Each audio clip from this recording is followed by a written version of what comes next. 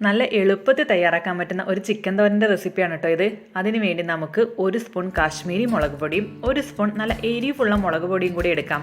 അതിലേക്ക് 2 table spoon മല്ലിപ്പൊടി കൂടി ചേർത്ത് നമുക്ക് ഒരു 1/2 സ്പൂൺ മഞ്ഞൾപ്പൊടി കൂടി ചേർത്ത് കൊടുക്കാം. എന്നിട്ട് ഇത് തീ കുറച്ച് വെച്ച് ലോ ഫ്ലെയിമിൽ വെച്ച് നല്ലപോലെ ഒന്ന് ഫ്രൈ ചെയ്തെടുക്കാം.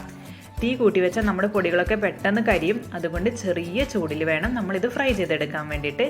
അപ്പോൾ നല്ലൊരു മണം വരും, നമ്മുടെ പൊടികളൊക്കെ മൂത്തൊരു മണം. അതുപോലെ നമ്മുടെ പൊടികളൊക്കെ ഒന്ന് കളർ ചേഞ്ച് ആവുകയും ചെയ്യും.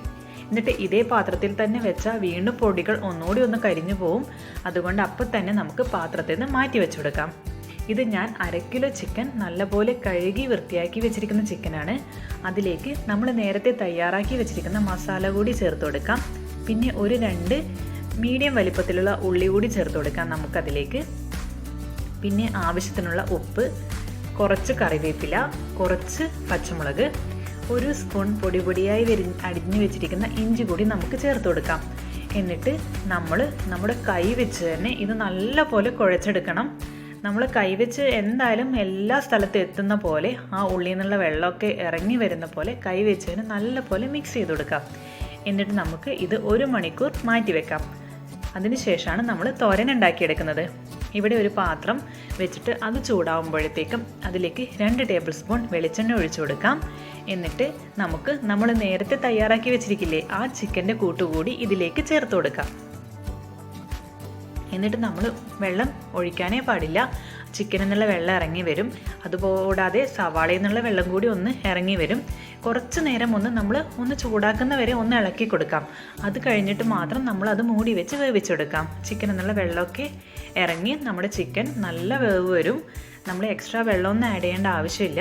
നമ്മൾ അത് അടച്ചു വെച്ച് ഇളം തീയിൽ അല്ലെങ്കിൽ ഒരു മീഡിയം തീയിൽ വെച്ച് വേവിച്ചെടുത്താൽ മതി. ഇടയ്ക്കൊന്ന് തുറന്ന് നമ്മളത് ഒന്ന് ഇളക്കി കൊടുക്കണം.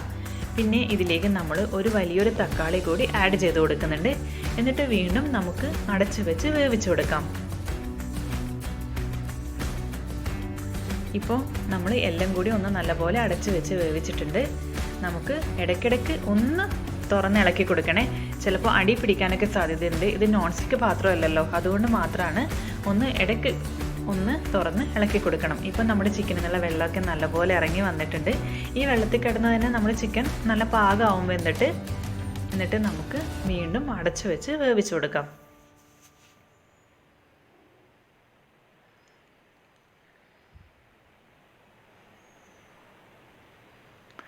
ഇപ്പോൾ നമ്മൾ ചിക്കൻ വീണ്ടും അടച്ചു വെച്ച് വേവിച്ചിട്ടുണ്ട്.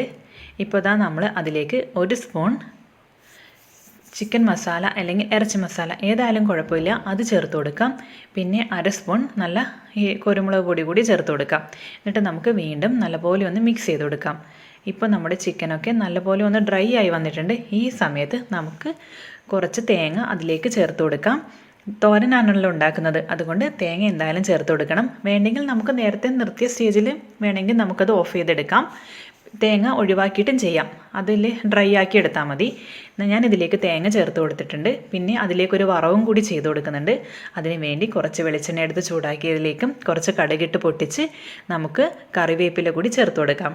പിന്നെ നമ്മൾ ഇതിലേക്ക് കുറച്ച് തേങ്ങ കൂടി ചേർത്ത് നല്ലപോലെ ഒന്ന് ഫ്രൈ ചെയ്തെടുക്കണം. നമ്മൾ എരിശ്ശേരിക്കൊക്കെ വറക്കില്ലേ, ആ ഒരു വറവ് വരെ നമ്മൾ ഈ തേങ്ങ ഒന്ന് ഫ്രൈ ചെയ്തെടുക്കാം.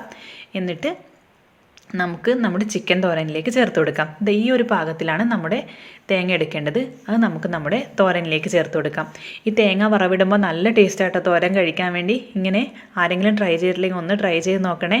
ഈ ഒരു തോരനിലേക്ക് നമ്മൾ ആ തേങ്ങ വറവ് കൂടി ചേർക്കുമ്പോൾ നല്ലൊരു ടേസ്റ്റ് വരും.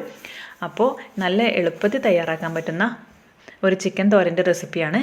എല്ലാവരും തീർച്ചയായും ട്രൈ ചെയ്ത് നോക്കണം.